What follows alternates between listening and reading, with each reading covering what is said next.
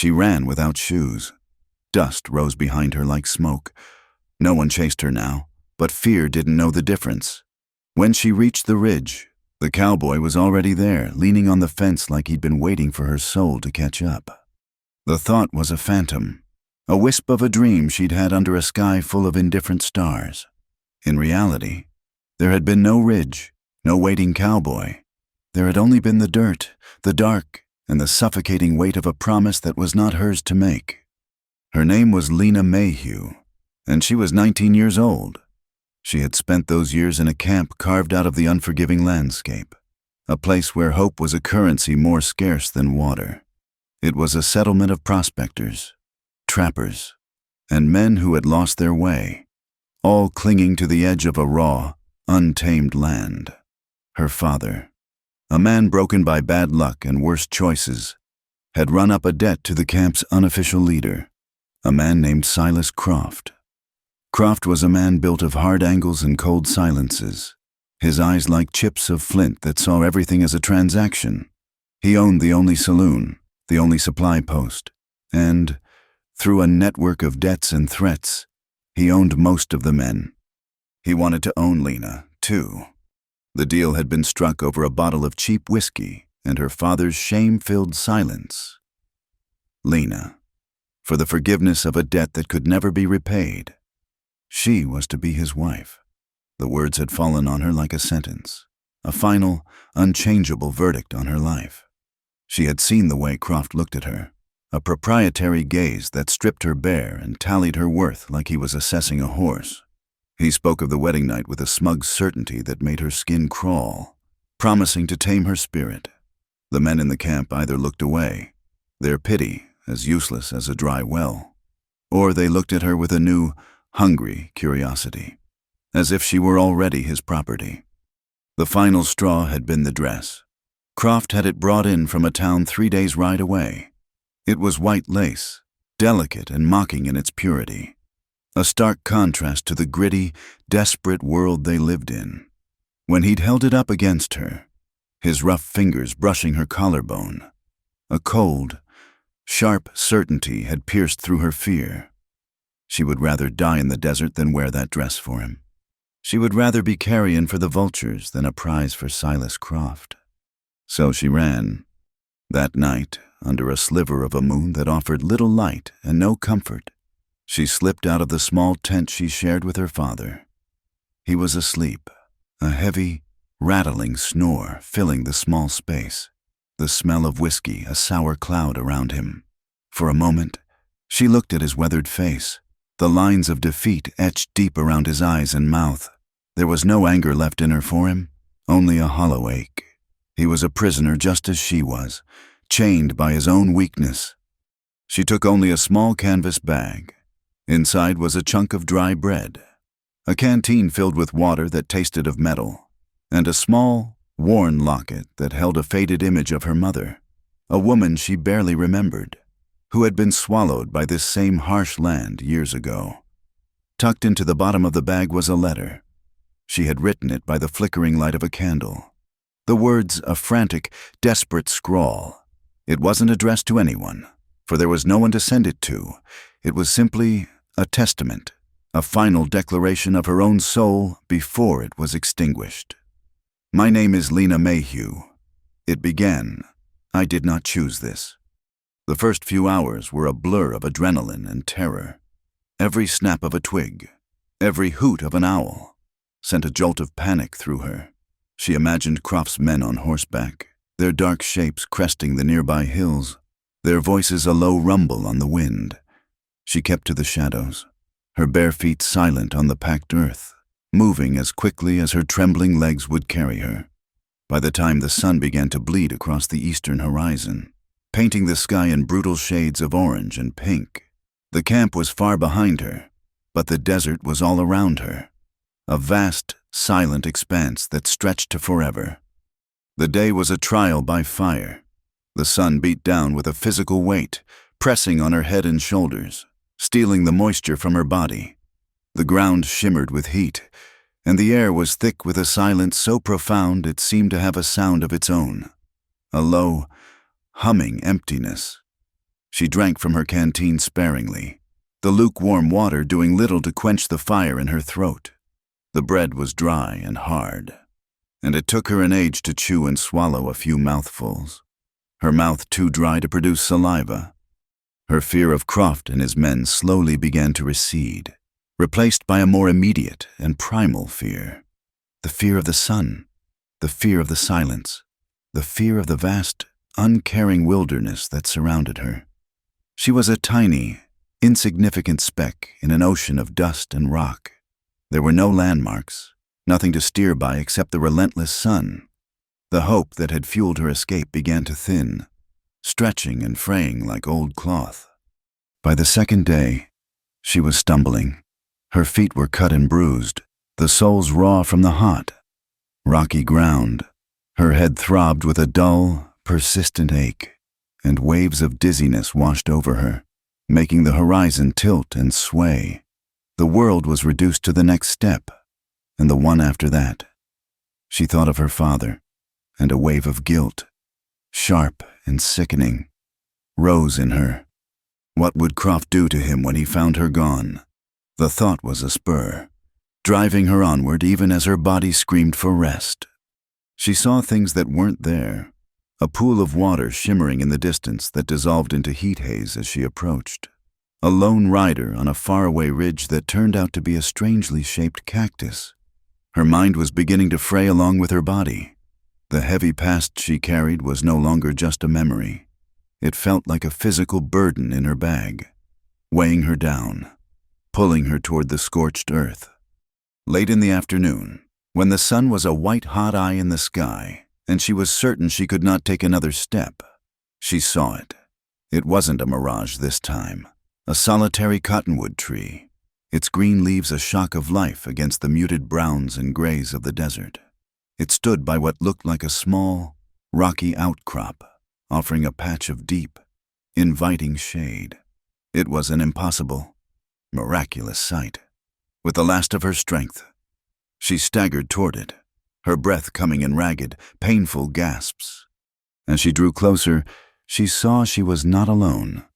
A man was there, his back to her, hunkered down in the shade of the tree.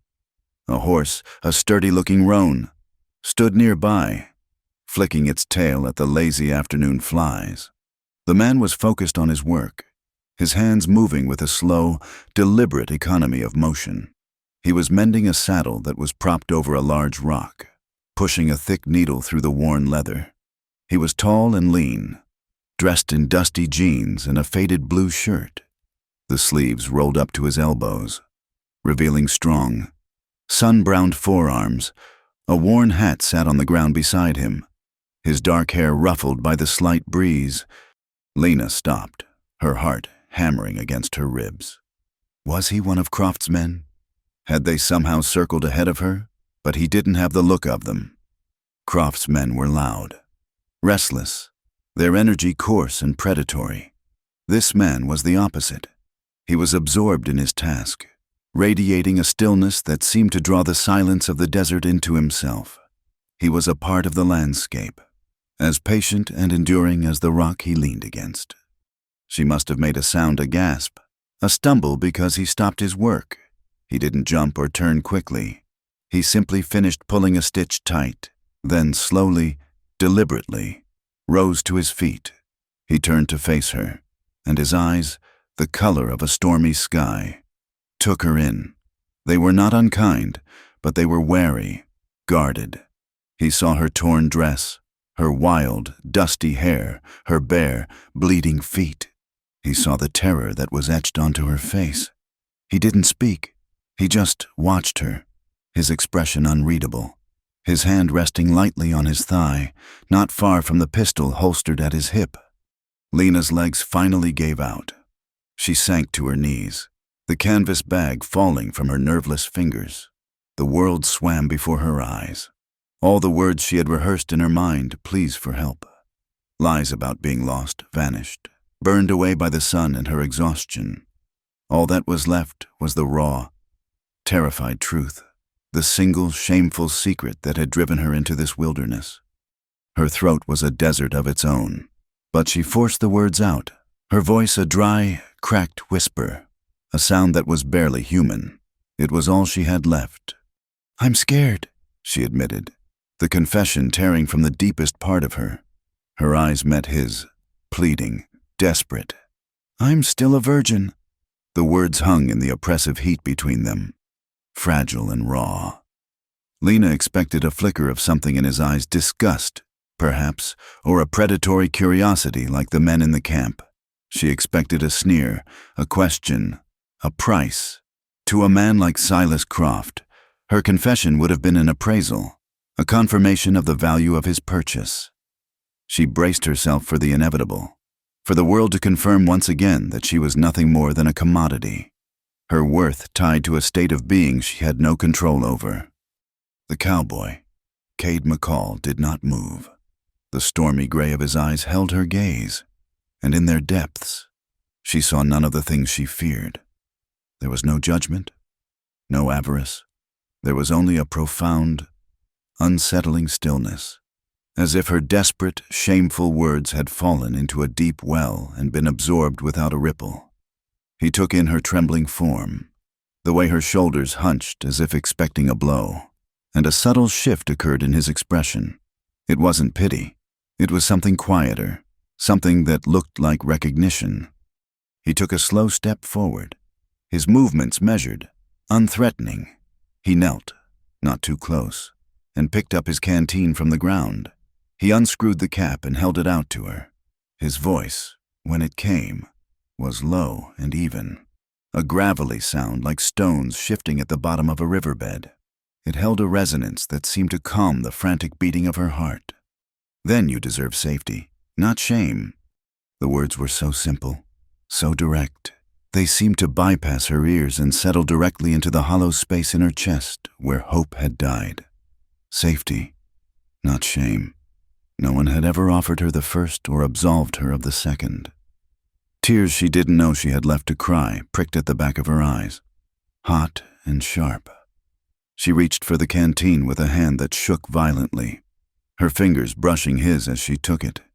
His skin was warm and calloused, a brief, solid touch that grounded her in the swirling chaos of her own mind. She drank, the water a miracle on her parched throat. She drank until she was gasping for air, the cool liquid a balm to her scorched insides. He waited patiently, his gaze fixed somewhere over her shoulder at the distant mountains, giving her the dignity of not being watched in her desperation. When she was finished, she tried to stand, but her legs were water. He was there in an instant, his hand on her elbow, strong and steady, helping her to her feet. She swayed, a wave of blackness sweeping over her, and he supported her weight without a word. "My horse can carry us both," he said, his tone matter-of-fact. "It's not far." She could only nod, too weak to speak, too stunned to protest. He led her to the roan, a creature as calm and steady as its owner, with an ease that belied her disheveled state. He lifted her and set her sideways on the saddle, then swung up behind her. She flinched as his body settled behind hers, her back brushing against his chest. It was the closest she had been to a man since her father's clumsy, whiskey-soaked hugs. But there was no threat in Cade's presence. He held the reins with one hand, his other arm resting on his thigh, a careful inch of space between his body and hers. He was a solid wall at her back, a barrier against the vast, empty wilderness. They rode as the sun began its slow descent, painting the sky in fiery strokes of orange, purple, and gold. The world grew quiet, the oppressive heat of the day giving way to the cool breath of evening. Lena leaned against the saddle horn, the rhythmic sway of the horse a gentle cradle. For the first time in days, the fear that had been her constant companion began to loosen its grip. She was no longer running from something. She was being carried towards something, though she knew not what. His home, when they reached it, was little more than a shack, but it was built with a kind of stubborn permanence. It stood alone on a wide, sweeping prairie, the tall grass whispering around it in the evening breeze. The cabin was made of rough-hewn logs, chinked with mud and stone, with a sturdy-looking roof and a single stone chimney from which no smoke curled. A small, well-tended corral stood nearby, along with a water trough and a neat stack of firewood. It was a place of solitude, a deliberate turning away from the world. It was a fortress of silence. He dismounted first, then reached up to help her down. Her feet touched the ground, and she stumbled again, her ankles weak and swollen. He caught her easily, his hands holding her upper arms for a moment longer than necessary to steady her. "Easy now," he murmured, his voice close to her ear. He led her inside. The interior was sparse and clean, a single room with a packed earth floor swept clean. In one corner stood a simple cot, the bed neatly made with a thick wool blanket. A small, rough table and 2 chairs stood near the stone fireplace, which dominated the opposite wall. On a set of shelves were a few tin plates, 2 cups, a cast-iron skillet, and some sacks of flour and beans. A rifle rested on pegs above the door, and a spare saddle blanket was folded carefully on a wooden chest. It was the home of a man who owned little and needed less, a man who lived alone. Yet there were ghosts here. The 2 chairs, the 2 tin cups, the faint, lingering sense of a space that was once meant for more than one.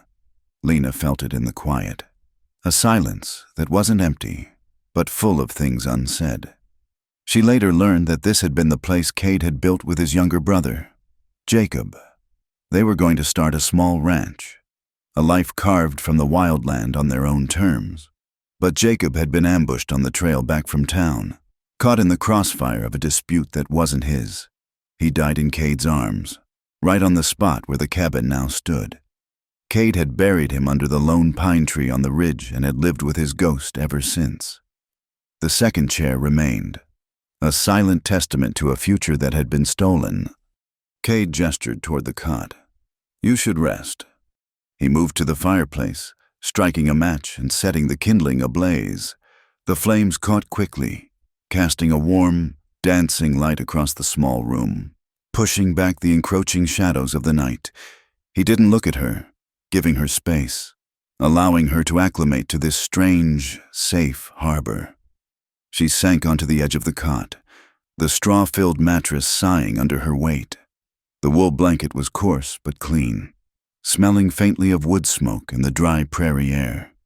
He filled a pot with water from a bucket and set it over the fire to warm. From a sack, he took out some dried meat and beans, preparing a simple meal without a word. The sounds filled the cabin, the crackle of the fire, the gentle bubble of the pot, the quiet clink of a spoon against tin.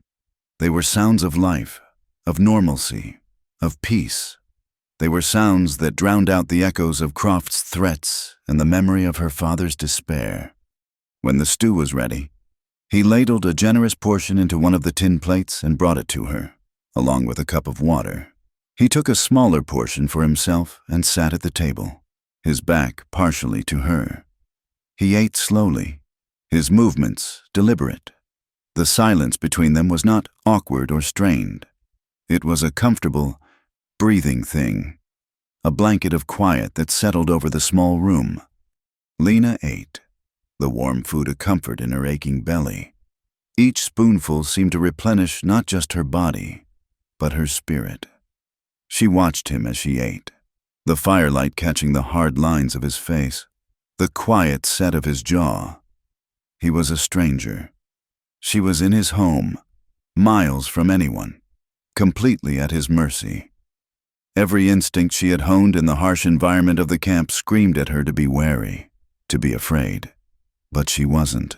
The steady, unassuming way he occupied his space, the respect he showed in his silence, the simple, profound statement he had made to her in the desert, it all combined to dismantle her fear, piece by piece. He had offered her safety, and every action he took reinforced that promise. When they were finished, he took her plate and washed it in a basin, his movements economical and practiced. He added another log to the fire, ensuring it would burn warmly through the night. Then, he turned to the wooden chest, took out the spare saddle blanket, and spread it on the floor near the hearth. He looked over at her, his expression unreadable in the flickering light. "The bed is yours." It was not a suggestion. It was a simple statement of fact.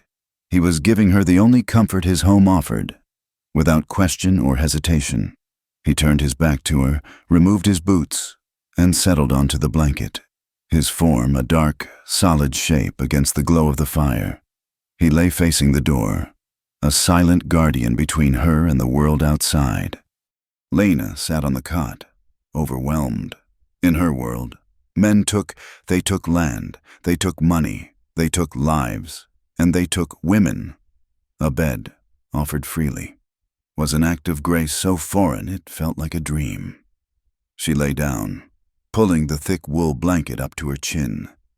The mattress was lumpy, the blanket rough, but it was the most comfortable bed she had ever known. She listened to the sounds of the night, the cry of a distant coyote, the whisper of the wind through the prairie grass. Inside, there was only the soft crackle of the fire and the slow, steady rhythm of Cade's breathing. It was the sound of safety, the sound of a man who kept his word. She closed her eyes, expecting the familiar nightmares to come rushing in Croft's cruel smile, the suffocating white lace of the wedding dress, the endless, burning desert. But they did not come. For the first time in months, Lena Mayhew slept without dreams. She fell into a deep, dark, peaceful slumber, a healing void where there was no fear, no shame, only the profound and absolute silence of a soul that had finally found shelter. Lena woke to a world washed in gray dawn. For a moment, she didn't know where she was. The air was cool and smelled of dry grass and old wood smoke, not the clothes, stale scent of the tent she'd fled. There was no sound of men coughing and spitting as they started their day, no sharp clang of a blacksmith's hammer. There was only a profound, unbroken silence. She turned her head and saw the dark shape of Cade McCall, still asleep on the floor by the pale, glowing embers of the fire. He hadn't moved. He had been a silent, unbreachable wall between her and the night. A feeling she couldn't name, a fragile mix of relief and trepidation, settled in her chest. She was safe, but she was a stranger here, a burden. She had nothing to offer, nothing to give in return for the kindness he had shown her. In Silas Croft's world, everything had a price. Kindness was just a down payment on a debt that would be collected later, with interest. She couldn't believe this was any different. Not yet. Carefully, she slipped off the cot, her bare feet silent on the cool, packed earth. The clothes she'd fled in were torn and filthy, on the wooden chest at the foot of the bed.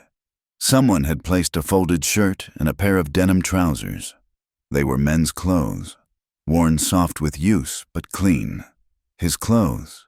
A hot flush of shame and gratitude washed over her. He had anticipated her need without a word being spoken. She changed quickly, her back to him, the soft cotton of the shirt a comfort against her skin.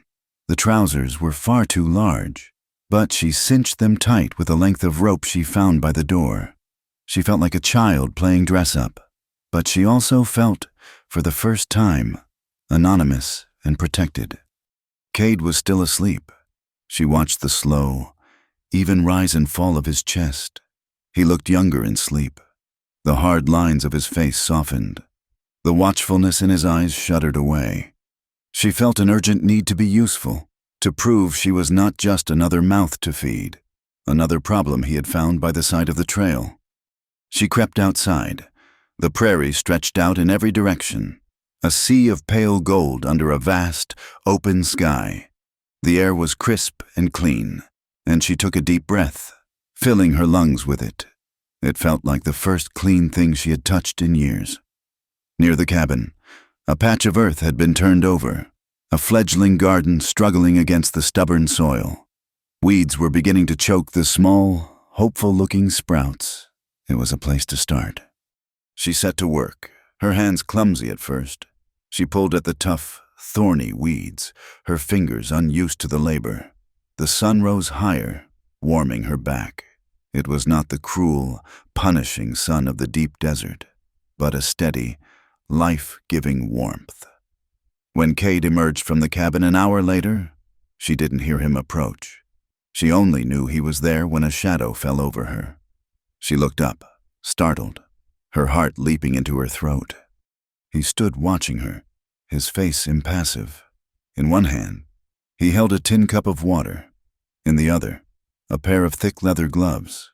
He didn't speak, just extended them to her. She took the cup and drank greedily, the cool water soothing the back of her throat. Then she took the gloves. They were large, but they would protect her hands from the thorns and blisters. "Thank you," she whispered, the words feeling inadequate. He gave a slight, almost imperceptible nod and walked over to the corral to tend to his horse. The gesture was simple, but it was a message. He had seen her effort. He had not questioned it, not stopped it. He had, in his own silent way, helped it. The quiet days began to fall into a rhythm, each one a mirror of the last. Cade would rise before the sun, his movements quiet and efficient. He would ride out to check his fences or hunt, a solitary figure disappearing into the vastness of the prairie. Lena would stay at the cabin. She found a purpose in the small, domestic tasks that gave the place the feeling of a home. She swept the floor, folded the blankets, and learned the temperamental nature of the fireplace, coaxing the flames to life each morning. She tended to the small garden with a fierce dedication, seeing her own fragile survival in the persistence of the small green shoots. Cade never told her what to do. He never gave her orders or laid out expectations, but his quiet support was a constant presence. One morning, she found the heavy axe she'd struggled with the day before leaning against the wood pile, its blade honed to a razor's edge. Another day, after she'd spent hours trying to patch a tear in her borrowed shirt with clumsy stitches, she found a small tin box on the table containing needles, thread, and a thimble. He never mentioned these things. They simply appeared, silent acknowledgments of her struggles, quiet offerings of help. His silence was a language she was slowly learning to understand. It wasn't the cold, dismissive silence of her father, nor the menacing, patient silence of Silas Croft. It was a silence born of solitude and sorrow, a quiet that was full, not empty. It gave her room to breathe, room to simply be. One evening, a few weeks after she'd arrived, she was sitting by the fire, mending a seam in his shirt.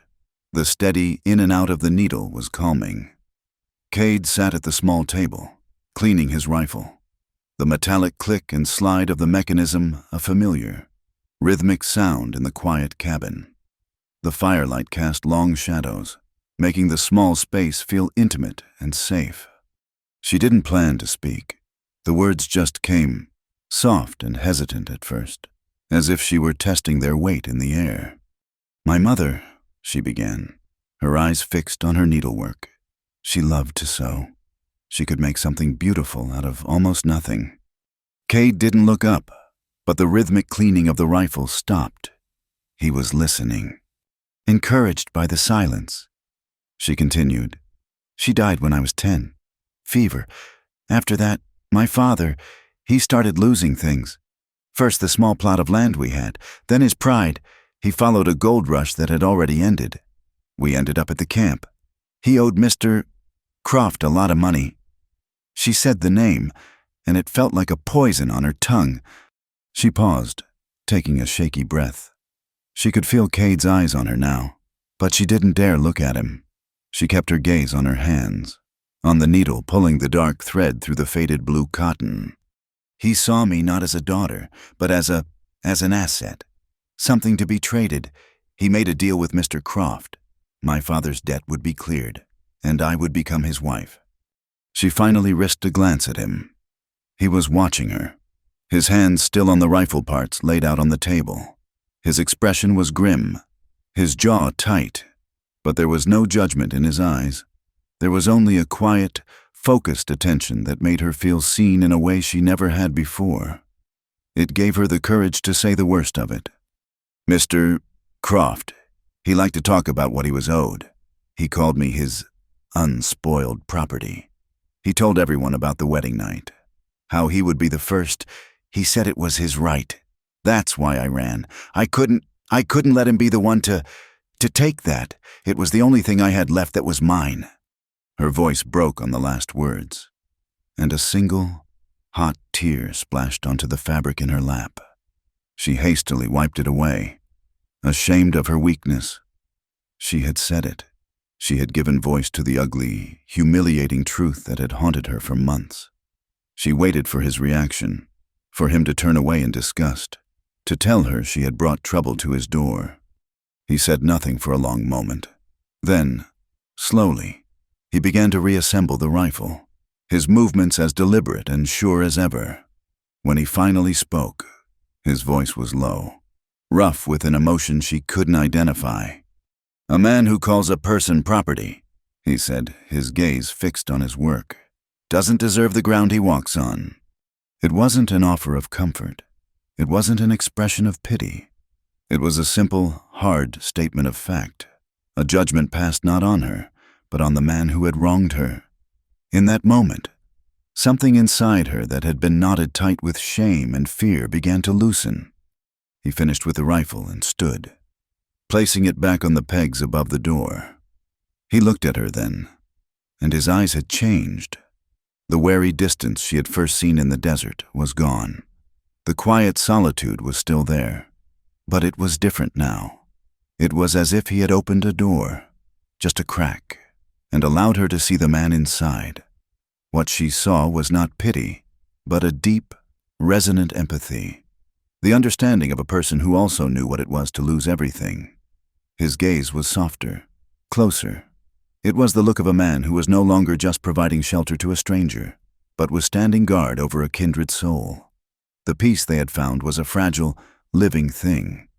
It had taken root in the silence between them and had begun to grow, tentative as one of the sprouts in Lena's garden. The days settled into a comfortable routine, a quiet dance of shared solitude. He would mend fences, hunt for game, or work the leather of his tack, his hands sure and capable. She, in turn, claimed the small world of the cabin as her own. She learned to bake a dense, serviceable bread over the fire, patched their worn clothes with small, neat stitches, and waged a daily war with the weeds in her garden. The garden became her sanctuary. It was a small, stubborn patch of life she was coaxing from the harsh soil. Her hands, once soft and pale, became calloused and browned by the sun. She found a deep satisfaction in the work, in the feeling of the earth under her fingernails, in the sight of the first tiny green beans clinging to a vine. It was hers. It was something she was creating, not something being taken from her. She was no longer just surviving. She was planting roots. Cade would watch her sometimes from the corral, his expression unreadable, but she no longer mistook his stillness for indifference. She saw the way his eyes would soften when she laughed at the antics of a prairie dog, or the way he left a full bucket of water near the garden on particularly hot days. He spoke little, but he saw everything. His quiet presence was a constant, a steadying anchor in her new world. The past, with Silas Croft and the shame of the camp, had begun to feel like a bad dream, a story that had happened to someone else. The illusion of peace was shattered on a blistering afternoon in late summer. The air was heavy and still, the sun a relentless weight on the land. Cade had ridden out early to check a natural spring a few miles away, a vital water source he kept clear of debris. Lena was on her knees in the garden, gently tying a tomato vine to a stake. When she saw him returning, he was not riding at his usual, unhurried pace. His horse, Apollo, was moving at a steady, ground-eating trot, and Cade himself sat differently in the saddle. He was not relaxed. He was a study in coiled tension, his back straight, his head up, scanning the horizon. A cold knot of dread formed in Lena's stomach. She stood slowly, wiping her dirty hands on her trousers, her eyes fixed on his approaching figure. He rode directly to the cabin, dismounting in one fluid motion before the horse had even come to a complete stop. He didn't look at her. His eyes were scanning the prairie around them, looking for any sign of movement, any puff of dust that didn't belong. "What is it?" Lena asked, her voice barely a whisper. He finally looked at her, and the guarded watchfulness was back in his eyes, harder and sharper than she had ever seen it. "Tracks, down by the spring. 3 riders, shod horses, heavy in the dust. They weren't just passing through, they were searching." The world seemed to tilt on its axis. 3 riders. It was the number Croft favored for his patrols. The breath caught in her throat. "Do you think—" "Get inside," he said, his voice flat and hard, cutting off her question. "Stay away from the window." She didn't argue. She fled into the dark, cool interior of the cabin, her heart hammering against her ribs like a trapped bird. The fragile sense of safety she had cultivated over the weeks evaporated like a drop of water on a hot skillet.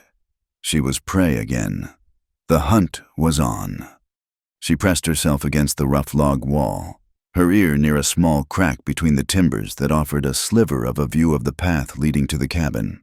She could hear Cade outside, his movements swift and purposeful, the clink of a buckle as he unsaddled Apollo, a low word to the horse as he led it into the corral. He was moving with a lethal grace she had not seen before. The quiet homesteader replaced by the dangerous man he had to be to survive alone in this land. Minutes stretched into an eternity. The silence of the prairie was no longer peaceful. It was menacing, filled with the threat of what was coming. Then she heard it, the distant, rhythmic sound of hoofbeats. Not one horse, but several. They were coming closer. Her blood ran cold. She pressed her eye to the crack in the wall, her body trembling. 3 figures on horseback crested a low rise in the distance, dark silhouettes against the bright, unforgiving sky.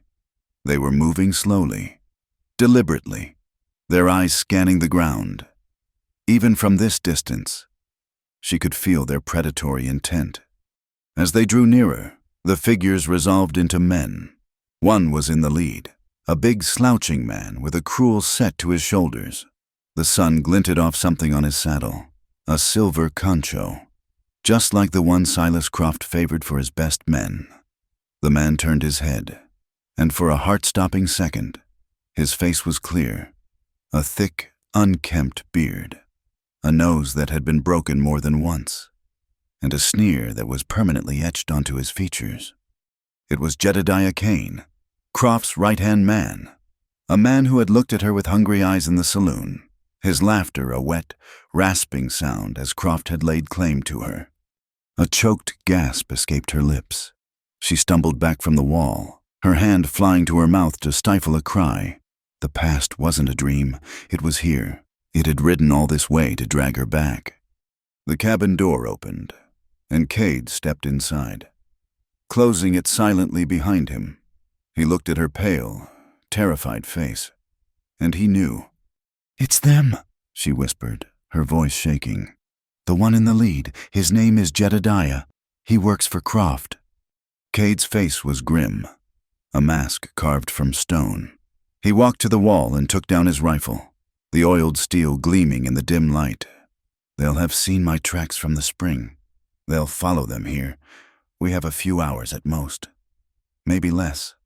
Lena's mind raced, filled with a frantic, primal terror. "We have to run. We can take the horse. Go north, into the mountains." "No," he said, his voice quiet but absolute. He didn't raise it, but it held a finality that silenced her. He began checking the rifle's action, his movements economical and precise. "But they'll kill you," she cried, the words tearing from her. "They'll take me back." He finally stopped and looked at her, his gray eyes pinning her in place. "They're on horseback. We have 1 horse between us. We'd be run down before we made 10 miles. Running is what they expect. Out here, you run, you die tired." He paused, his gaze unwavering. "This is my land. Lena, my home. I buried my brother on that ridge. I'm done running from anything." His words settled in the space between them, heavy and irrefutable. He was right. There was no escape. Not this time. The only way out was through. The fear was still there, a cold, sickening serpent in her belly. But something else began to rise alongside it, a flicker of fierce, desperate resolve. This quiet man was willing to stand and fight for her, for the promise he had made her with a single sentence in the desert. She would not let him stand alone. "What do we do?" she asked, her voice steadier now. A flicker of something approval, perhaps passed through his eyes.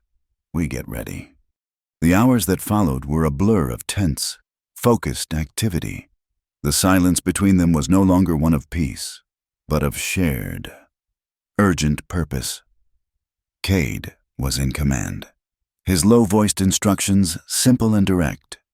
Lena obeyed without question, her fear channeled into a frantic need to be useful. "Bring the water buckets inside, all of them." She hauled the heavy wooden buckets, her muscles straining, until every drop of their water supply was within the cabin's walls. "There's a sack of ammunition in that chest. Bring it here." She opened the chest and lifted the heavy canvas sack, the weight of the lead and brass a terrifying reality in her hands. He worked methodically, turning their small, peaceful home into a fortress. He barred the single window with the heavy wooden table, leaving only a small gap to see and shoot through. He moved the cot against the far wall, clearing the center of the room. Every action was deliberate, stripped of any wasted motion. He loaded his rifle and his pistol, laying the spare cartridges out neatly on the mantelpiece. The soft click of the metal was the only sound in the room. Lena watched him, a strange sense of calm settling over her terror. She was seeing the real Cade McCall now, not just the quiet rancher, but the man who had been forged by this hard land, a man who knew its violence intimately. He was not afraid. He was grim. He was resolved. But he was not afraid, and his calm was a shield for her own. When all the preparations were made, they waited. The sun sank lower, streaming through the crack in the wall, painting a long golden rectangle on the floor. The cabin grew dim. The world outside grew quiet, holding its breath. Cade stood near the door, rifle held loosely in his hands. He looked over at her, where she stood by the cold fireplace, her hands clenched into fists at her sides. He walked over to the wooden chest and rummaged inside for a moment before pulling something out. He came to her and pressed it into her hand. It was a small skinning knife, the wooden handle worn smooth with use, the blade sharp and clean. It was heavy in her palm, cold and real. She looked from the knife up to his face. His eyes were dark in the twilight, his expression serious. "Just in case," he said, his voice a low rumble. He held her gaze, and in that moment, she understood everything he wasn't saying. He was giving her a choice, a final defense. He was giving her a weapon, trusting her with it. Then he added the 4 words that would forever be etched in her memory, a promise more binding than any vow. "But I'll stand first." The sun bled out on the horizon, leaving a raw, purple bruise across the sky. Night came not as a gentle blanket, but as a predator, stalking the last of the light from the prairie. A thin, silver crescent of a moon rose, casting a pale, ghostly glow that seemed to suck the color from the world, rendering everything in stark shades of black and silver.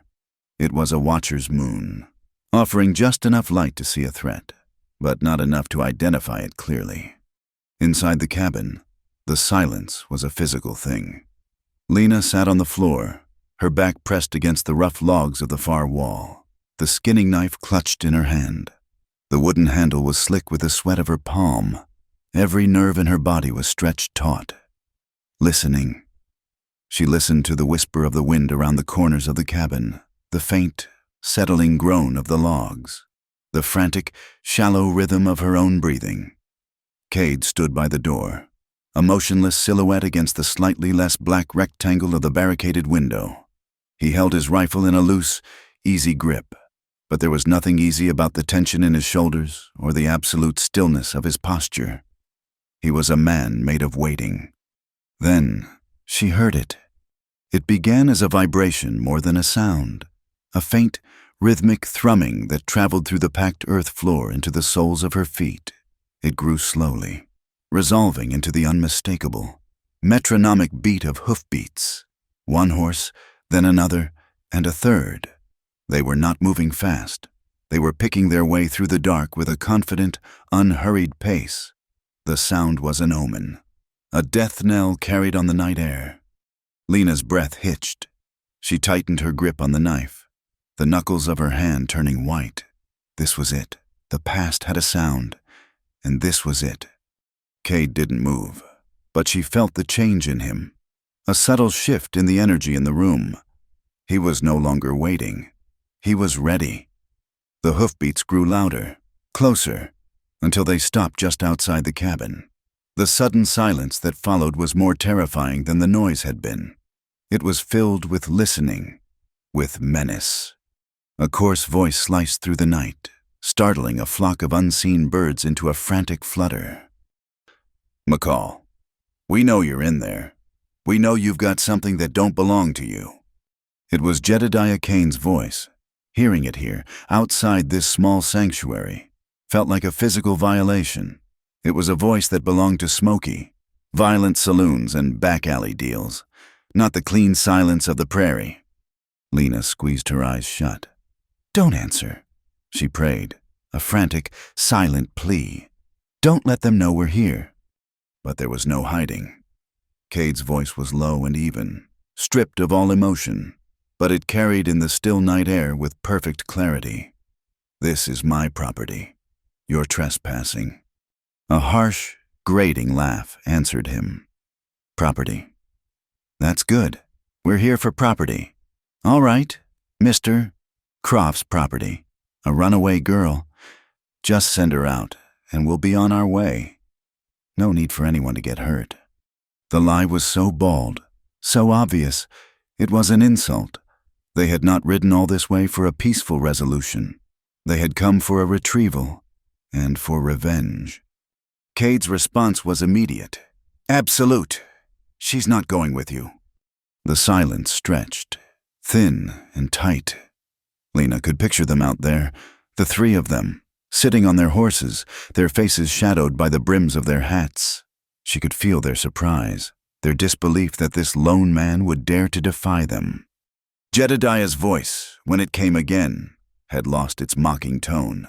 It was flat and cold. "That's the wrong answer, friend. You got one last chance. The girl comes out now, or we come in and get her, and we'll burn this shack to the ground with you inside it." Cade shifted his weight, a barely perceptible movement. His hand, Lena saw, was no longer on the rifle, but resting on the worn leather of the holster at his hip. "I'm not your friend," he said, his voice as cold as the moonlight, "and you're not coming in." The world exploded. The first shot came from outside, a deafening roar followed by the splintering crack of a bullet slamming into the heavy log wall near the door. Lena flinched violently, a scream catching in her throat. Before the echo had faded, Cade had moved. He didn't fire his rifle. He drew his pistol in a single, fluid motion, a blur of speed in the dim light. The muzzle of his Colt flashed orange, a clap of thunder that answered the first. A strangled cry of pain and surprise came from the darkness, followed by the heavy, thudding sound of a body hitting the ground. Chaos erupted. Two more guns opened up, the bullets thudding into the cabin walls like angry fists. Lena scrambled backward, pressing herself into the corner, making herself as small as possible. The air was suddenly thick with the smell of gunpowder, sharp and acrid. Cade was no longer in the doorway. He had moved to the side, using the thick log wall as cover, firing through the opening he had left. Another flash, another deafening roar. A horse screamed, a high, terrified sound, and the hoofbeats of a panicked animal galloped away into the night. "He's hit, damn it! Cole's hit!" Jedediah's voice was a furious snarl. "Circle around! Eli, pin him down!" Cade was a shadow of lethal efficiency. He moved between the door and the barricaded window, never staying in one place for more than a second. He was not just returning fire, he was making every shot count. He was a man defending his territory, and he fought with the cold, deadly ferocity of a wolf.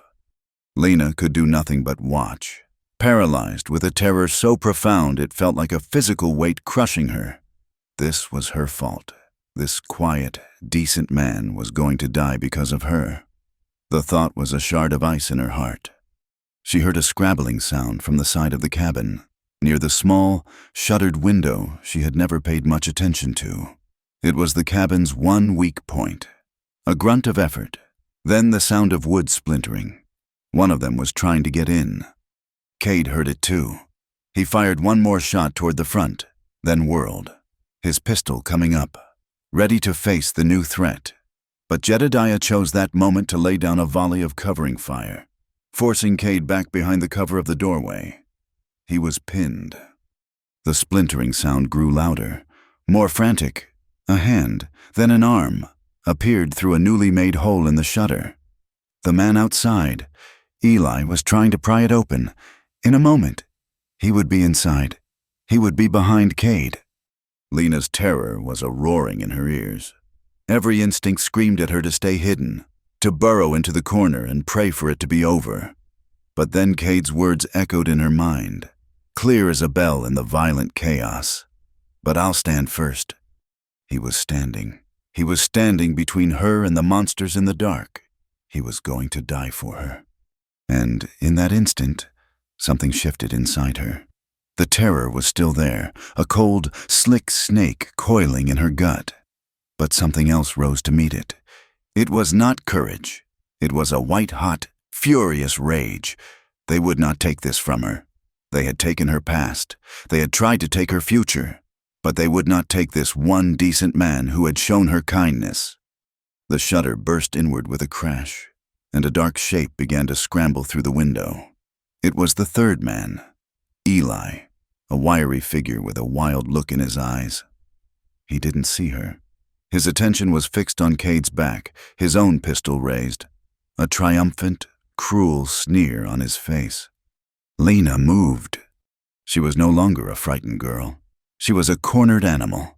She scrambled to her feet, the knife from Cade a cold extension of her own will.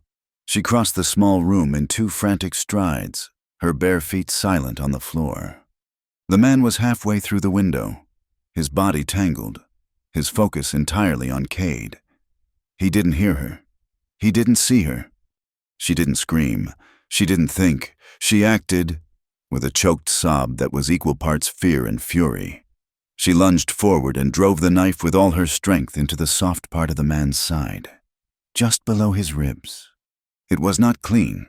It was a clumsy, desperate, jarring impact. The man let out a strangled, gurgling gasp of pure shock. His eyes, wide with disbelief, found hers in the dim light. The sneer on his face collapsed into a mask of pain. His pistol clattered to the floor. He tried to turn, to grab at her, but his limbs were clumsy, uncooperative. His gasp was all the warning Cade needed.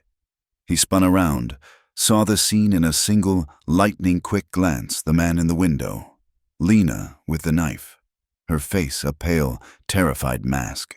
He didn't hesitate. His pistol came up, and he fired. The shot was a deafening explosion inside the small cabin, and the man in the window was thrown backward, vanishing into the night. The sudden silence was absolute. It rushed into the void left by the gunfire, heavy and suffocating. Outside, there was no sound of movement, no angry shouts, only the low moans of a man in his death throes, a sound that quickly faded into a final, rattling sigh. The fight was over. Lena stood frozen, her arm still extended. The knife fell from her nerveless fingers, clattering to the floor. Her body began to shake, a violent, uncontrollable tremor that started in her legs and worked its way up through her entire frame. The smell of blood, coppery and sharp, filled her nostrils. She looked at her hands. They were clean, but she felt like they were drenched in red. Cade moved to the door, his pistol still raised, and peered into the moonlit darkness. After a long moment, he lowered the gun. He kicked the body of the first man he had shot, which lay just outside the door, confirming he was dead. The second body, the one Lena had stabbed, lay half in and half out of the broken window. Jedediah Kane was gone. Whether he was wounded or had simply fled, it didn't matter. The immediate danger was past. He turned and looked at her. His face was a grim, shadowed mask in the moonlight filtering through the doorway. But his eyes were fixed on her. He saw her, shaking in the corner, her eyes wide with a horror that went beyond fear. He saw the fallen knife on the floor. He walked over to her, his boots silent on the packed earth. He didn't speak. He simply reached out and placed his hands on her trembling shoulders. His touch was firm, steady. It was an anchor in the storm of shock and revulsion that was tearing through her. Blood had been shed, but it was not his, and it was not hers, and because of the terrible, necessary thing she had just done. They were both still alive. The world had shrunk to the space of a single, ragged breath. Cade's hands were firm on Lena's shoulders, a grounding weight in the chaos of her senses. The roaring in her ears slowly subsided, replaced by the heavy, ringing silence of the aftermath. The acrid smell of gunpowder was a ghost in the air, mingling with the new, coppery scent of blood. She looked at the dark shape in the broken window, at the still form just outside the door, and the shaking started again, a deep, violent tremor that threatened to tear her apart. "It's over." Cade's voice was low, rough, cutting through the fog in her mind. "Breathe. Lena, just breathe." She tried to obey, dragging in a shaky gulp of air. It did little to calm the frantic hammering of her heart. He kept his hands on her shoulders, a silent, steady pressure, until the worst of the tremors passed, leaving her feeling hollowed out and strangely light. He released her and turned, his movements stiff.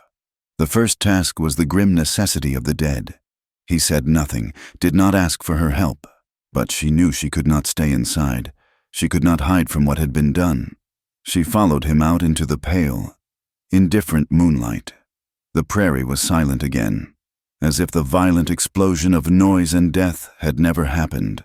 The wind whispered through the tall grass, a sound that had once been peaceful and was now tinged with sorrow.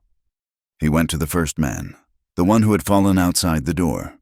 Without ceremony, he took the man by the collar of his shirt and began to drag him away from the cabin, his boots digging into the dirt for purchase. The sound was obscene in the quiet night, the soft, scraping sound of a dead weight being pulled across the earth. Lena watched, her stomach churning, but she did not look away. She had to see this. She had to understand the price of her safety.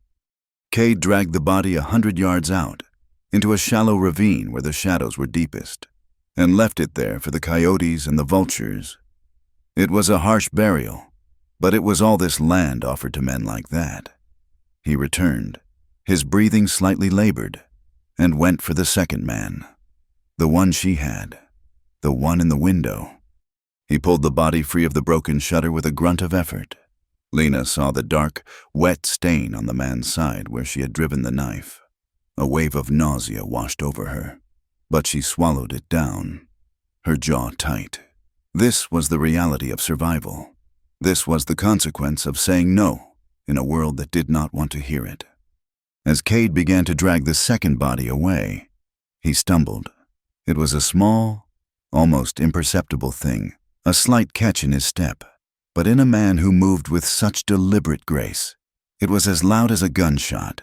He recovered immediately, his back to her, and continued on into the darkness.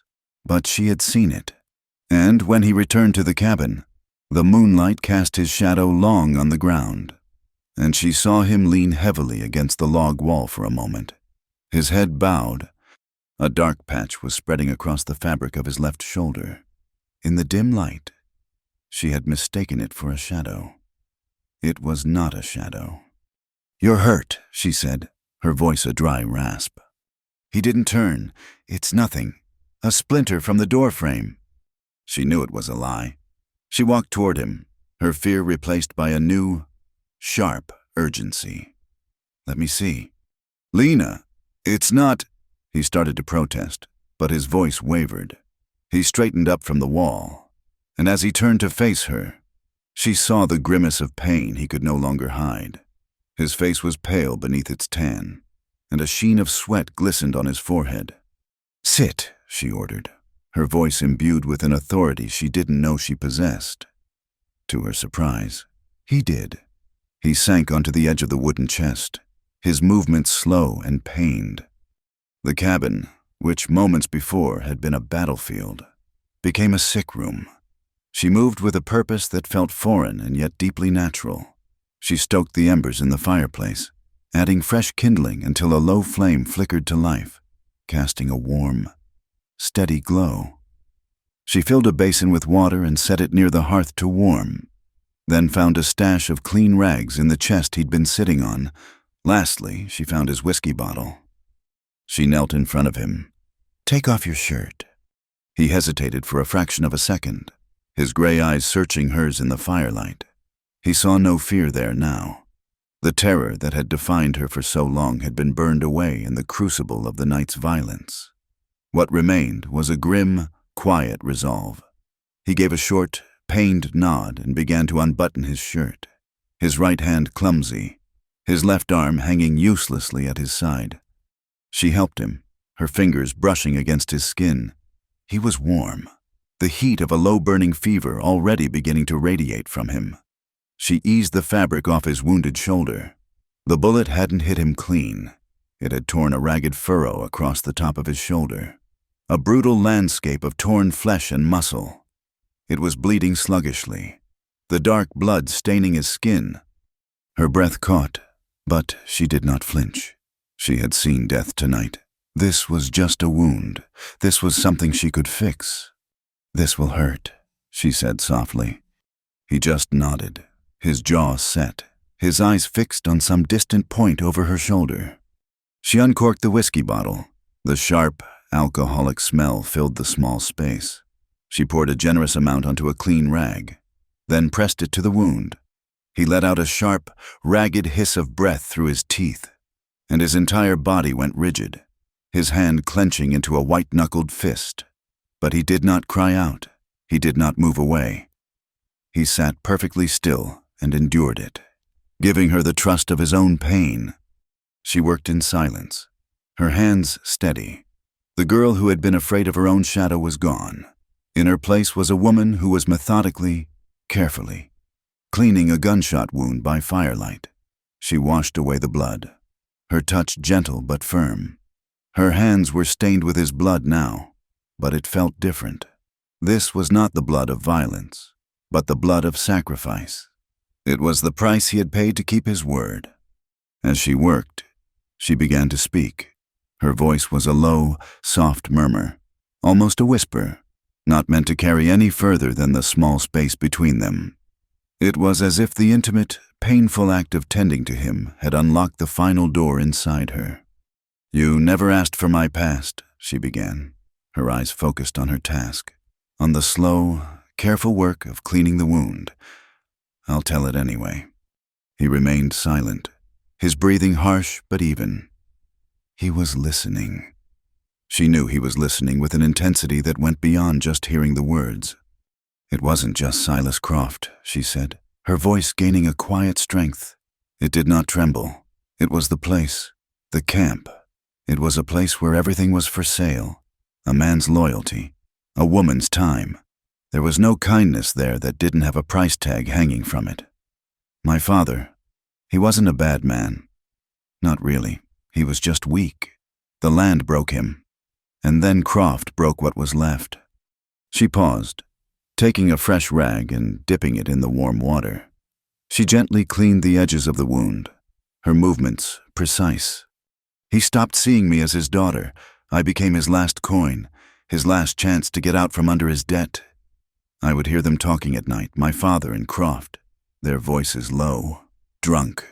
They talked about me like I was a horse they were trading.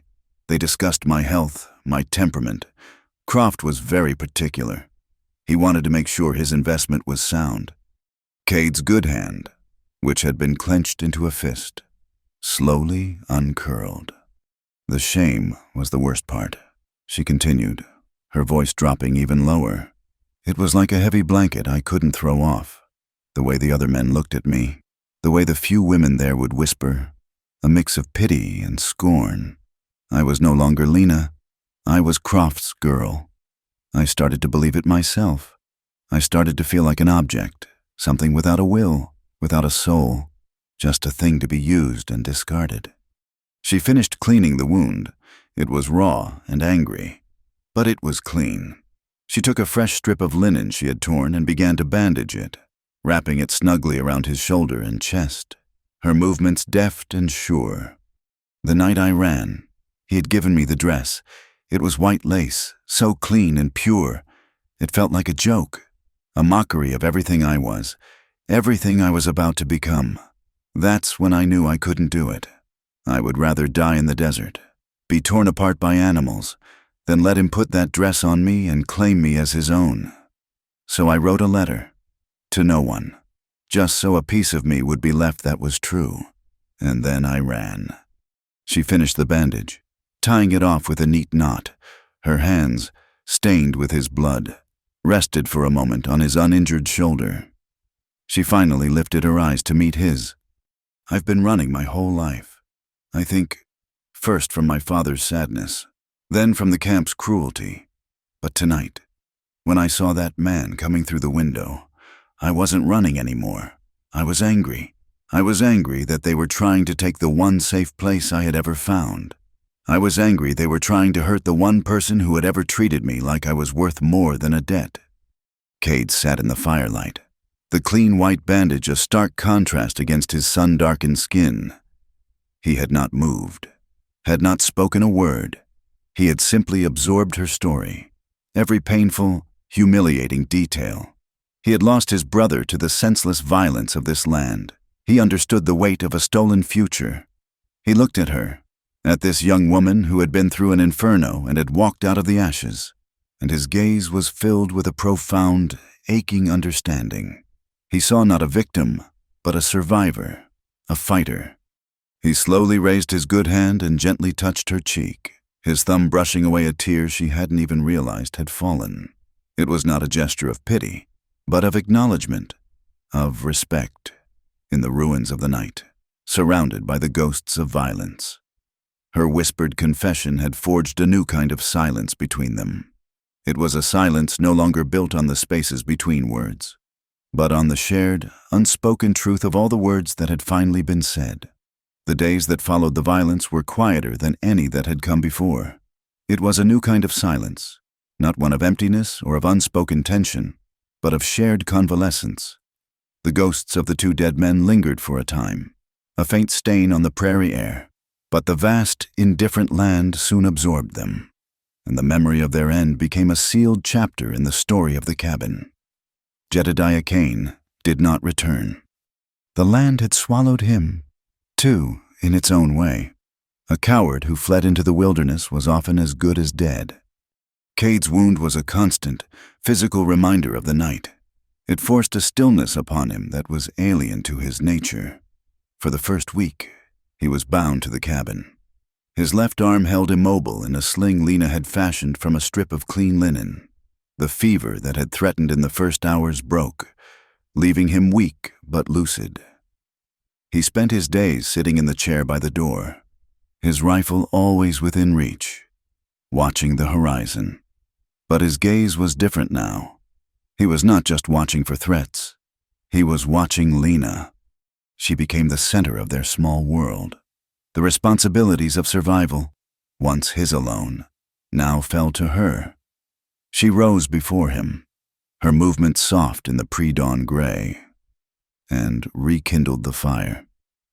She fetched the water, her arms straining under the weight of the buckets. She tended to his horse, Apollo, her initial fear of the large animal giving way to a gentle affection as she brushed his coat and spoke to him in low, soothing tones. She learned the rhythms of the land not as a guest, but as a steward, and she tended to him twice a day. She would carefully unwrap the bandage on his shoulder. Her touch was steady and sure, all traces of fear gone. She would clean the wound with a quiet efficiency that still surprised him, her brow furrowed in concentration. In those moments, with her hands on him, the silence in the cabin was thick with unspoken things. He, a man so fiercely self-reliant, was forced into a state of utter dependency. And she, a woman who had been treated as helpless property, discovered a deep well of strength in being a caregiver. She found herself in the work. The garden, which had once been a simple chore, became a passion. She found a small spade and spent hours on her knees, turning the soil, her hands becoming intimately familiar with the texture of the earth. She talked to the plants as she watered them, a low, running commentary on the weather, on Apollo's mood, on the way Cade's wound was healing. She was no longer just tending a patch of dirt. She was nurturing a future. One afternoon, a small herd of wild goats, wiry and mischievous, found a weak spot in the corral's fencing and got into the garden. Cade, sitting in his chair, saw it first. He started to rise, a frustrated curse on his lips. But Lena was already out the door. She didn't shout. She ran at them, waving her arms, her hair coming loose from its braid and flying around her face. The goats scattered, then circled back, bleating in defiance. It became a comical, chaotic dance, Lena versus a half-dozen stubborn animals. She tripped over a vine, tumbling into the soft dirt, and came up laughing. It was the first time he had heard her truly laugh. It was not a giggle or a polite chuckle. It was a full, unrestrained sound of pure amusement. Clear and bright as a prairie stream, it echoed in the quiet air. A sound of life so potent it seemed to make the very grass grow greener. Cade sank back into his chair, a slow, unaccustomed smile touching his own lips. The sight of her, covered in dirt, her eyes shining with laughter, struck him with the force of a physical blow. She was not just surviving here. She was living. She belonged. Slowly, the cabin transformed. It had been his space, a shell of solitude and memory. Now, it became theirs. She brought life into its quiet corners. One day, while walking near the spring, she found a patch of Indian paintbrush, their fiery, orange-red blossoms a startling slash of color against the dun-colored earth. She picked a single, perfect stalk and, back at the cabin, placed it in a tin cup of water on the sill of the broken window, which Cade had since repaired. It was a small, simple gesture, but it changed the room. The vibrant color drew the eye, a defiant splash of beauty against the rough, utilitarian logs. It was a declaration that this was a place where beauty could exist alongside hardship. Cade noticed it the moment he saw it. He said nothing, but that evening, after Lena was asleep, he took the flower from the cup. He gently blotted the stem dry on a cloth. From the wooden chest, he took out a small, leather-bound journal. It was old, the pages filled with his brother Jacob's neat, careful script notes on weather patterns, sketches of cattle brands they'd designed, lists of supplies. It was a book of lost dreams. Cade turned to a clean page at the back. He carefully laid the single, bright flower on the paper and closed the book, pressing it flat. He was preserving it, a silent, secret acknowledgement of the color she had brought into the gray landscape of his life. They never spoke of love. The word would have felt clumsy and inadequate, a loud noise in their carefully constructed world of quiet understanding. But it was there, present in every small, unconscious action. It was in the way she saved him the best piece of smoked venison, knowing he needed the strength to heal. It was in the way he would watch her walk to the spring, his hand resting on the rifle by his chair, until she was safely back in sight. It was in the evenings, by the fire. He would sit and oil his leather tack, the familiar, rhythmic work, a comfort to his hands. She would sit on the floor nearby, mending his shirts. The needle would flash in the firelight, her head bent over her work, her loose hair catching the warm glow. They would sit like that for hours, wrapped in a silence that was more intimate than any conversation. It was a silence filled with the soft sounds of their life, the crackle of the fire, the whisper of thread through cloth, the slow, even rhythm of two people breathing in the same small space. As his shoulder healed, he began to move more, to reclaim his role in their partnership. But things were different. He no longer simply did things for her, they did them together. When it came time to reinforce the corral fence, he showed her how to stretch the wire, how to hammer the staples. Her hands were smaller, but she was clever, and her work was neat and strong. They worked side by side, their movements falling into an easy, unspoken rhythm. He would dig the post holes, and she would be there with the next post, ready to set it. There was no need for words. A glance, a nod, a shared understanding of the task at hand. One afternoon, they stood together by the finished fence, looking back at the cabin. The garden was thriving, a patch of vibrant green against the golden prairie. A thin curl of smoke rose from the chimney, a sign of the hearth she kept faithfully lit. It was no longer just his shelter. It was their home. He had built the walls, but she had given it a soul. He felt a sudden, overwhelming urge to say something, to give voice to the profound shift that had occurred within him. He wanted to tell her that before she came. He had been living in a gray world, a half-life of memory and regret. He wanted to tell her that her laughter was the sweetest sound he had ever heard, that the sight of her in the garden with the sun on her hair made the whole world feel new. He turned to look at her. She was watching the sunset, her face calm and peaceful in the golden light. The fear was gone from her eyes, replaced by a quiet strength he had come to admire more than anything. He saw the faint, silvery scars on her hands from her work with the weeds and the wire, and he thought they were more beautiful than the hands of any painted lady in a fancy saloon. But the words caught in his throat. They felt too small, too clumsy for the enormous truth they were meant to carry. How could he explain that she had not just found shelter in his home, but that she had become the shelter for his soul? Instead of speaking, he simply reached out and brushed a stray piece of straw from her hair.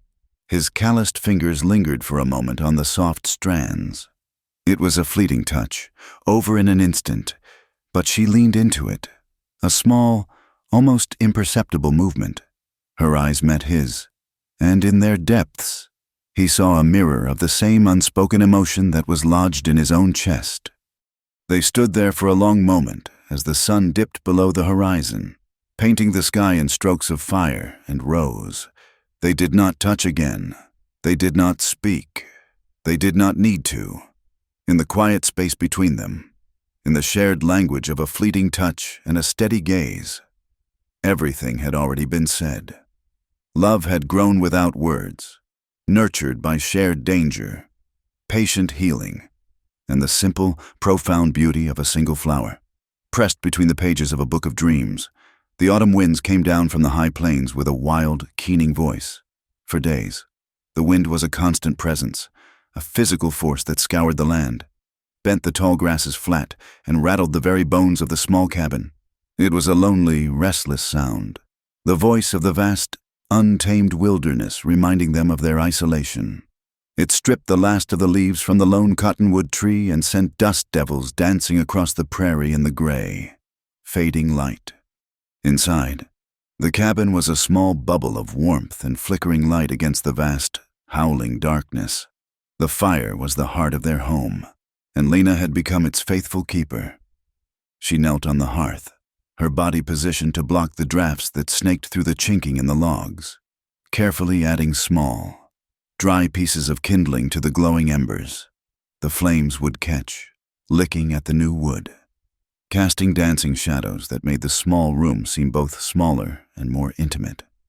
The door opened, letting in a furious blast of wind and dust that sent the flames into a wild frenzy. Cade stepped inside, closing the door quickly behind him. He leaned against it for a moment, the force of the wind still pressing against the wood.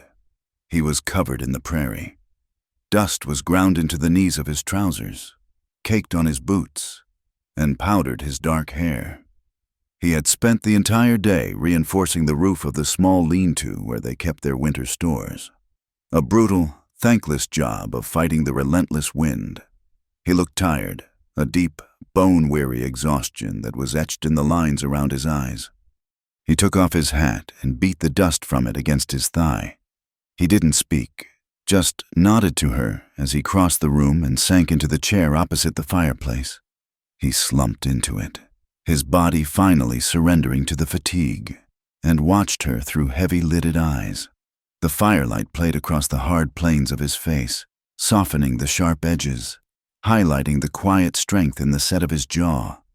Lena finished her task, satisfied that the fire was steady and strong. She sat back on her heels, her hands resting on her thighs, and looked at him. They sat in a comfortable silence, the only sounds the crackle of the fire and the wild, mournful song of the wind outside. In the months they had lived together, silence had become their truest language. It held everything their shared past of violence, their present of quiet healing, and the unspoken question of their future. But tonight, the wind seemed to be pulling at something inside her, loosening words that had been locked away. She looked at this man, his clothes still dirty from the labor of protecting their home, of protecting her. She thought of the journey that had brought her here, the desperate flight, the terror, the night of blood and gunfire. And she thought of the single, shameful secret that had been the catalyst for it all. She had first spoken the words to him in the desert out of pure, animal terror. It had been a desperate shield, a plea for mercy. Now, in the safety of the home they had forged together, the words rose again, but this time they meant something entirely different. They were not a plea. They were a statement of fact, a final, necessary truth that needed to be spoken in this place of absolute trust. It was the last ghost to be faced. Her voice, when she spoke, was quiet and clear, easily heard over the fire and the wind. "I still am," she paused, her gaze steady on his, "a virgin." The words dropped into the warm silence between them. This time, they were not laced with shame or fear. They were stripped bare, a simple, profound truth. It was an offering of the most vulnerable part of herself, the part that had been named, appraised, and fought over, but had never been truly known. She was giving him the final piece of her story, the one that had begun their strange journey together. Cade did not react as another man might have. There was no flicker of surprise in his eyes, no sudden lean forward, no change in his breathing. He did not look away, neither in discomfort nor in desire. He simply met her gaze and held it, his stormy gray eyes as steady and deep as the prairie night. He received her words not as a confession or an invitation, but as the sacred trust they were intended to be. He saw the courage it took for her to say that, not as a frightened girl, but as a woman who was claiming her own story. He let the words settle, giving them the respect of a moment's silence. The wind howled, pressing against the cabin as if trying to hear his answer. When he finally spoke, his voice was a low, gravelly sound, imbued with a deep, unwavering sincerity that seemed to calm the very air in the room. "Then your first yes," he said, his gaze never leaving hers, "should come without fear, and only when you're no longer scared." The words were a key, unlocking a cage inside her that she hadn't even known was still locked. He had understood. He had understood everything. He understood that her flight from Silas Croft had never been about purity or innocence in the way the world saw it. It had been about the fundamental right to her own soul, her own body, her own choice. Croft had wanted to take her yes by force of contract, to own it like he owned the deed to a piece of land. Croft would have taken her body, but in doing so, he would have annihilated her spirit. And here was Cade, this quiet, solitary man, telling her that her yes was the only thing that mattered. He was not claiming it. He was not demanding it. He was protecting it. He was handing it back to her, whole and untarnished, and telling her that it was hers and hers alone to give. He placed no timeline on it, no expectation, only when you're no longer scared. He acknowledged the fear that still lived in her, the deep, residual shadow of her past. He did not dismiss it or try to fix it. He simply made room for it, promising to wait until it was gone.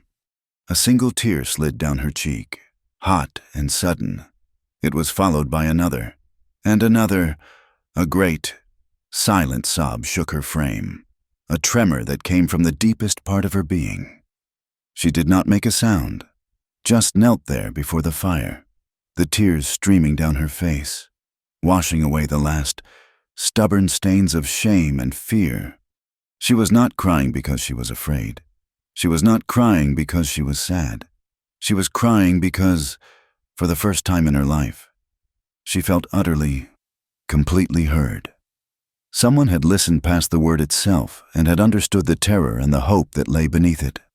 Someone had looked at the most vulnerable part of her and had seen not a prize to be won, but a soul to be respected.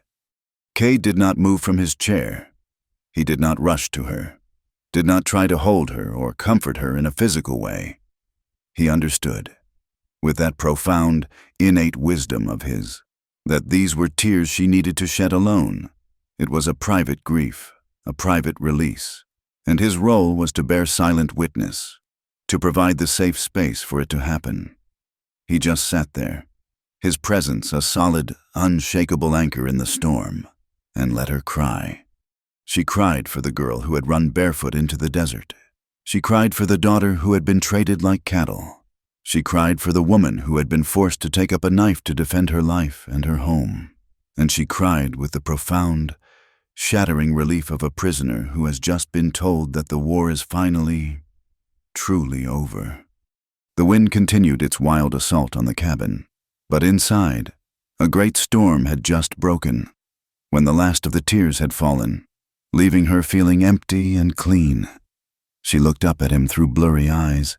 He was still watching her, his expression unchanged, his patience as vast and enduring as the land outside. The fire crackled, spitting a shower of sparks into the air, in the warm, dancing light, surrounded by the wildness of the night. Lena Mayhew finally felt free. The night of the storm, and the confession that followed, did not change the rhythm of their lives. It deepened it. They continued to live as before without force, without promises. The sun rose and set, the chores were done, the seasons turned, but the silence between them had a new texture. It was no longer just the comfortable quiet of two solitary people sharing a space. It was the profound, settled silence of two people who had shared a soul. It was a quiet built on a foundation of absolute trust. A quiet that had no need for words because everything essential had already been communicated in blood, in tears, and in a single, unwavering gaze across a fire. The world outside the cabin began to thaw. The fierce autumn winds gave way to the crisp, bright stillness of late fall. The prairie grasses turned a pale, bleached gold, and the air held a clean, sharp bite that promised the coming of winter. Lena felt the change in the season as a change within herself. The fear that had been her constant companion for years, a phantom limb that still ached on quiet nights, was finally beginning to recede. It was not gone, but it no longer had the power to command her. It was a memory, not a master. This new, quiet confidence manifested in small ways at first. She no longer startled at the sound of a horse in the distance. Her eyes, when she scanned the horizon, were not searching for threats, but simply observing the vast, serene beauty of the land. But the true shift came one morning when Cade was checking the action on his rifle at the table. She had been watching him, the familiar, efficient movements of his hands. She thought of the night of the attack, of her own uselessness until the final, desperate moment. She thought of his promise, "I'll stand first." He had kept that promise, but she knew now that she never wanted to be the person who could only stand behind him. She finished wiping the last of the breakfast plates and set it on the shelf. She turned to him, her hands clasped in front of her, a gesture that once would have signaled anxiety, but now was one of simple resolve. "I want you to teach me," she said. He looked up from his work, his hands stilling on the rifle.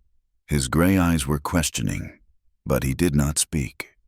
"To shoot," she clarified, her voice even, "and to ride properly, not just sitting sideways like a sack of flour."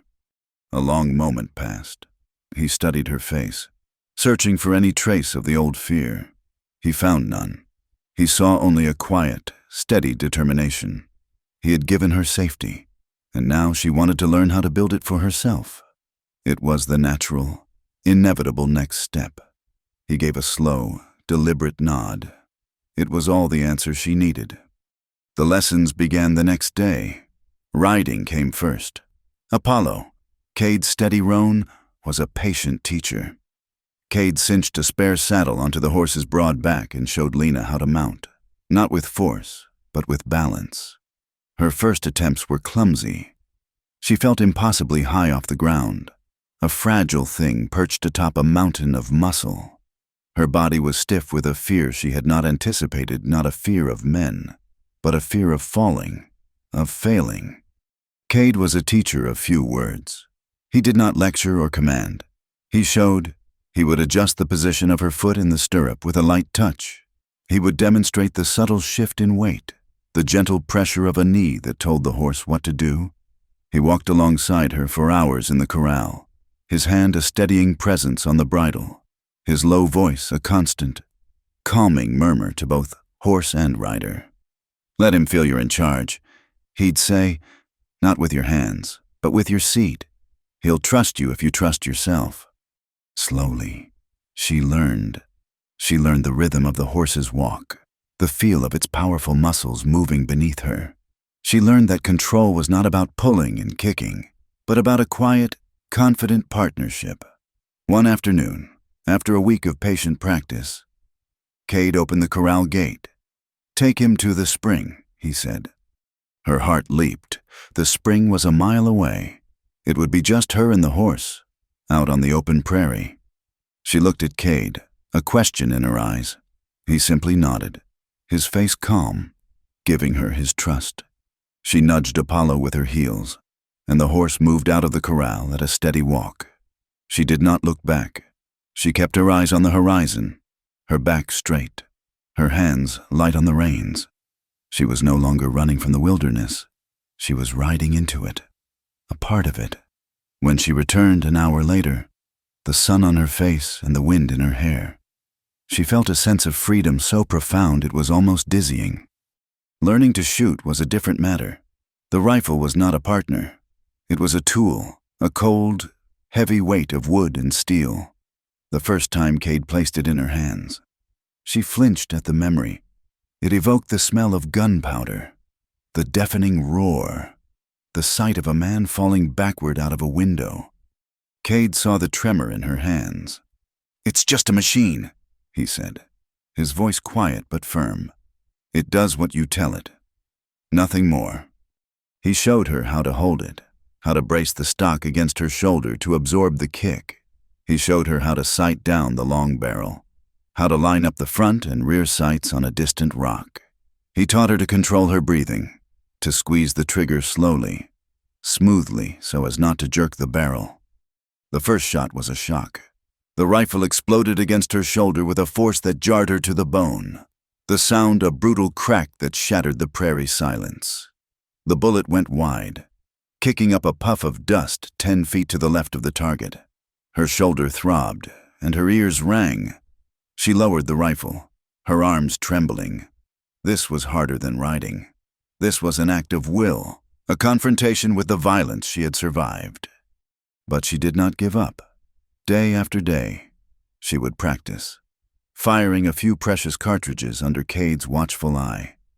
She learned to respect the weapon, not to fear it. She learned to anticipate the kick, to hold her aim steady, to make her breath a quiet, controlled thing. The day she hit the rock dead center, sending a spray of stone chips into the air, she did not feel a thrill of victory. She felt a grim, sober satisfaction. She had mastered the tool. She had taken a symbol of her terror and turned it into an instrument of her own will. One clear, cold afternoon, when the sky was a dome of brilliant, aching blue, she went to him. He was mending a bridle, his hands moving with their usual quiet competence. "Come with me," she said. "There's something I want to show you." He looked up, a question in his eyes, but he simply set down his tools, wiped his hands on his trousers, and followed her. She led the way, Not on horseback, but on foot. She walked with a new confidence, her steps sure and steady on the uneven ground. She did not look back to see if he was following. She knew he was. She led him north, away from the spring, toward a series of low, rolling hills she had discovered on one of her rides. The walk was close to an hour. They did not speak. The only sounds were the crunch of their boots on the dry grass and the vast, open silence of the sky. Finally, she stopped at the crest of a hill.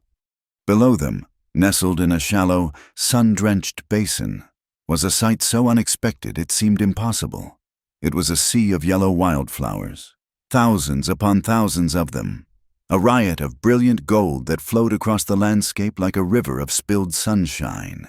They were tough, resilient prairie flowers, thriving in the harsh soil, their faces turned up to the cold, bright sun. Lena stood for a long moment, just looking at it. This place was a secret she had kept for weeks. It was her discovery. It was a testament to the fact that even in this hard, unforgiving land, beauty could grow wild and stubborn and free. She turned to Cade. He was not looking at the flowers. He was looking at her, at the way the golden light of the afternoon sun caught in her hair and illuminated the quiet strength in her face. She took a deep breath, the clean, cold air filling her lungs. The words she had been carrying, the final, most important truth, came to her easily now, without hesitation, without a trace of a tremor. "I was always scared," she said, her voice soft but clear, carrying easily in the still air. "I was always scared something would be taken from me. My home, my name, my future, my choice. It felt like my whole life was about being an object that things happened to." She looked away from him then, her gaze sweeping over the impossible. "Beautiful field of yellow." "But you," she said, her voice dropping a little, becoming more intimate. "You never tried to take anything. You gave me a bed when I had nothing. You gave me a weapon when I was in danger. You listened when I was ashamed. You gave me space. You gave me time. You gave me space to choose." She turned back to him, her eyes clear and direct, meeting his. She took a small step closer. "I choose this." Her gesture was small, a simple sweep of her hand that encompassed everything. The golden flowers, the vast, open sky, the hard, beautiful land, the quiet cabin over the rise, him. It was not a desperate plea or a romantic declaration. It was a simple, powerful statement of fact. It was the calm, deliberate choice of a free woman. Cade stood as still as the rocks on the hillside, his face unreadable. The silence stretched, filled only by the whisper of the wind through the dry flowers. He looked at her, and in his eyes, she saw a universe of emotion, respect, awe, and a tenderness so profound it made her heart ache. He had seen her at her most broken, and he had watched her rebuild herself, piece by piece. He had seen her terror, and now he was seeing the full, breathtaking force of her strength. He did not speak. Words were his clumsy tools, and this moment was too perfect, too sacred for them. Instead, he slowly, deliberately, raised his hand. He reached out and took her hand in his.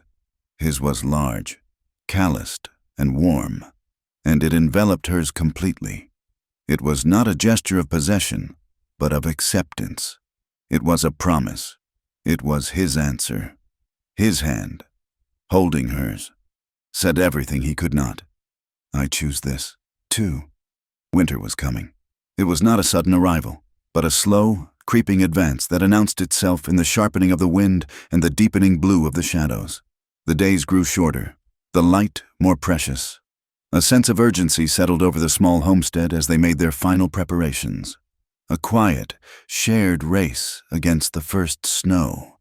The last of the vegetables from Lena's garden were harvested and stored in the small root cellar Cade had dug years ago. The woodpile was stacked high and neat against the cabin wall, a bulwark against the coming cold. Their latest task had been the roof of the small barn, a structure that had weathered one too many seasons. A fierce windstorm the week prior had torn a section of the shingles loose, leaving a gaping wound that threatened their winter hay supply. For 2 days, they worked together under a sky the color of washed-out steel. It was hard, physical labor. Cade, his shoulder now fully healed and strong, would climb the ladder, his hammer ringing with a steady, rhythmic cadence. Lena remained on the ground, his partner in the truest sense. She would select the best shingles, her eye now trained to spot cracks and imperfections, and load them into a bucket. He would lower the rope, and she would tie it, her hands sure and deft on the knots, before he hauled the new supply up. They worked with the seamless, unspoken efficiency of two people who have learned the geography of each other's movements. She knew by the sound of his hammer when he was close to finishing a row. He knew by the slight scrape of the bucket on the ground that she was ready with the next load. There was no need for shouted instructions or wasted words. There was only the work, the shared goal, and the quiet satisfaction of building something strong together. Late in the afternoon of the second day, the final shingle was nailed into place. The job was done. Cade descended the ladder, his face smudged with dirt and sweat, his movements tired but satisfied. Lena stood waiting for him, a canteen of cool water in her hand. He took it from her, their fingers brushing, and drank deeply, his throat working. He handed it back, his eyes meeting hers over the rim of the canteen. A small, tired smile touched his lips, and she returned it. It was a smile of shared accomplishment, a silent acknowledgement of the good work they had done. They walked together, not toward the cabin, but toward the long stretch of fence that marked the edge of the corral. They leaned against it, side by side, their bodies not quite touching, and looked out at the vast expanse of the prairie. The sun was beginning its slow descent, a fiery globe sinking toward the distant, jagged peaks of the mountains. The sky was a masterpiece of bruised purples, soft pinks, and a final, defiant slash of molten gold. The wind was gentle now, a soft, weary sigh that rustled the dry, golden grass. They stood in comfortable silence for a long time, watching the day die. The land was beautiful in its harsh, autumn austerity. It was a land that demanded strength and resilience, a land that had taken so much from both of them, but it was also a land that had given them this quiet peace, this shared solitude, this home. Lena thought of the first time she had seen him, a lifetime ago under a merciless sun. He had been a stranger, a figure of potential threat in a world that had taught her to fear all men. She had been a terrified, broken thing, her only currency a shameful secret she had blurted out in desperation. She looked at him now, at his strong, quiet profile outlined against the vibrant sunset. He was no longer a stranger. He was the anchor of her world, the steady, quiet center around which her new life revolved. He was the man who had seen her at her absolute worst and had offered not judgment, not pity, but safety. He had kept every promise he had ever made, spoken and unspoken. He had stood first. He had given her space. He had waited. He had taught her to ride, to shoot, to be strong. But the greatest gift he had given her was the one he had offered that night by the fire, the freedom to be afraid, and the patience to wait until she wasn't. She turned her head slightly to look at him. His gaze was fixed on the mountains, his expression thoughtful, his mind seemingly miles away. His hands rested on the top rail of the fence. His long, capable fingers curled loosely around the weathered wood. She looked at those hands. They were the hands that had mended his saddle, that had built this cabin, that had tended his wound. They were the hands that had held a gun to defend her, and the hands that had gently picked a flower to press between the pages of a book. They were strong, gentle, and infinitely patient hands. Slowly, deliberately, she lifted her own hand. It was no longer the soft, pale hand of a girl who had been sheltered from work. It was browned by the sun, with small, silvery calluses on the palm from the axe handle and the rifle stock. It was the hand of a woman who knew her own strength.